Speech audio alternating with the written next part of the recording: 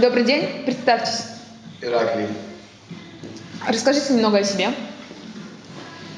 Студент. Мне 26.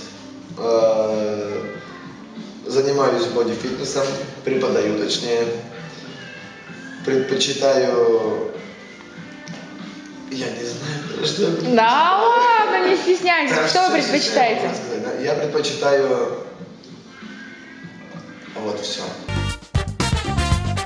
Девушки намного легче обучаемы, чем мужчины. Мужчины не соревнуются, а девушки более поддаются. Ну вы, наверное, включаете свое обаяние.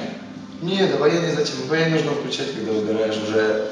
Когда что делаешь? Спутницу. А обаяние на работе – это непрофессионально, я считаю. У моего лучшего друга родился сын. Я об этом не знал. Мне звонит мой враг и говорит: а ты в курсе, что я сейчас поздравлю твоего лучшего друга первее, чем ты? Или это будет тебе вообще в минус? Я понял, что это вообще мне... И я начинаю вспоминать номер, не номер. То есть я перерыл все. Я в метро нашел милиционера, я у милиционера отобрал телефон.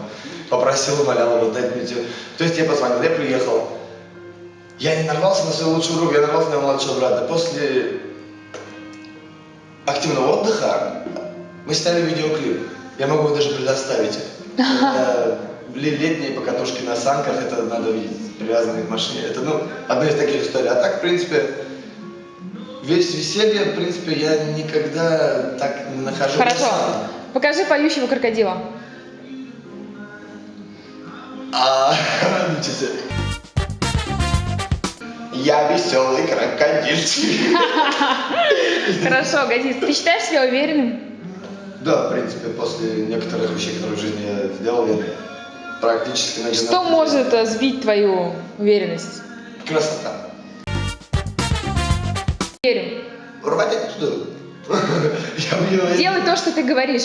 Или не говоришь, что ты делаешь. Мне прям показали резко, прям вот сейчас. Я машинист поезда, как мне нужно остановиться? Стой! Да, Я тебе вообще помогу. Я не верю. Ладно, хорошо, я разобью все окна. Ты бежишь, как ты можешь разбить окна? Я бегаю. Когда буду бежать, накину на себя на руку майку и буду бить это окно, чтобы... А он быстро поезд едет, ты будешь отвлекаться просто на то, чтобы... Поезд от перрона, когда отходит, у него очень медленный разгон, потому что у него тоннаж очень большой.